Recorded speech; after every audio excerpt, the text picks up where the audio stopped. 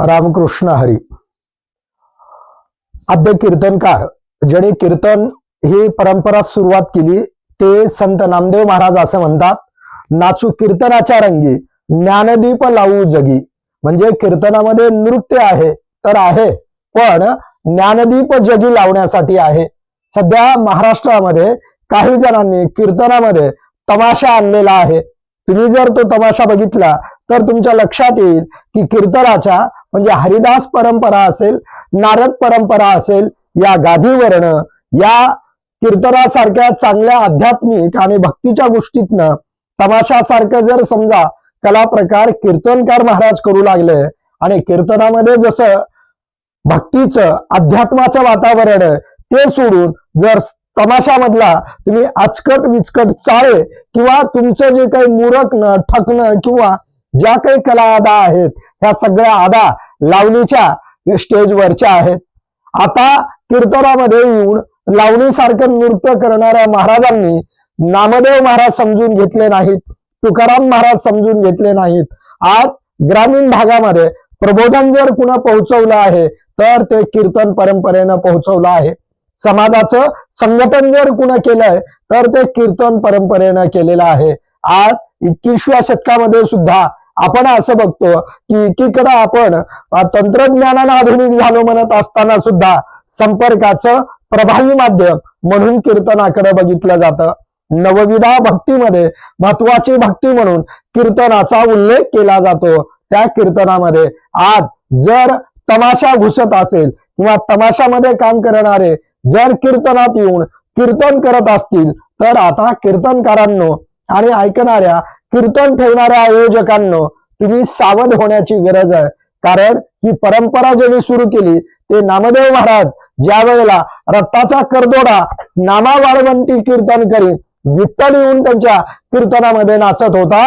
म्हणजे साक्षात पांडुरंग ज्या कीर्तनामध्ये येतो ते म्हणजे कीर्तन असतं. आणि त्या कीर्तनात जर लावणीसारखं तुम्ही जर नाचत असाल तर आता ते कीर्तन नसून तमाशा झालेला आहे. अशी परिस्थिती काही महाराज लोकांनी कीर्तनाची केलेली आहे.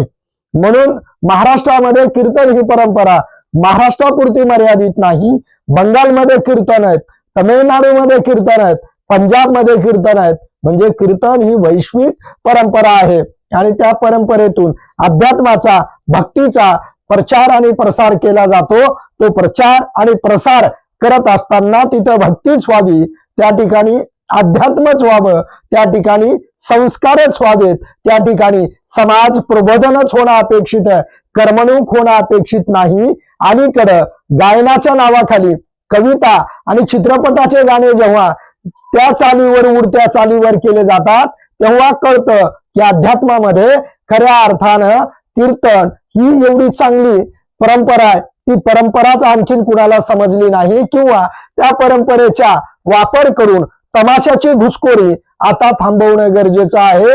अशा महाराजांना वेळीच जर पायबंद नाही घातला तर बघत बघत कीर्तनामध्ये हे लोक यांचा तमाशा घुसडून कीर्तनाची जी उंची आहे, कीर्तनाचं जे पावित्र्य आहे ते पावित्र्य मात्र नासवण्याचं काम काही लोक करत आहेत. त्यामुळं अशा महाराजांनी कीर्तनाकडे येत असताना पहिल्यांदा पांडुरंगाच्या ठाई निष्ठा पाहिजे. माऊली त्यांनी ज्ञानेश्वरी समजून घेतली पाहिजे, गाथा त्यांनी नीट समजून घेतला पाहिजे. मग त्यांनी कीर्तनात नामदेवाने जे सांगितलं, नाचू कीर्तनाच्या रंगी ज्ञानदीप लावू जगी. म्हणजे कीर्तनामध्ये नाचायचं असतं का तर कीर्तनामध्ये तल्लीन होऊन नाचत असतात. नव्हे तुम्ही पंढरपूरची वारी बघा, सगळे वारकरी नाचत कीर्तनामध्ये किंवा भजन करत पंढरीला जात असतात. त्या वारकऱ्यांना सुद्धा नाचायचं असतं, पण त्यांचं नाचणं हे आध्यात्मिक पावित्र्याला धरून असतं, असं नसतं.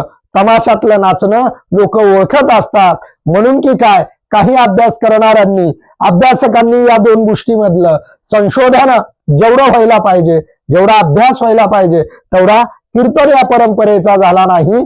परंतु या परंपरेनं लोक जोडण्याचं, समाज एकत्र आणण्याचं, भक्तीचं, विचाराचं, संस्काराचं एक मोठं पीठ म्हणून या कीर्तनाच्या व्यासपीठाकडे बघितलं जातं.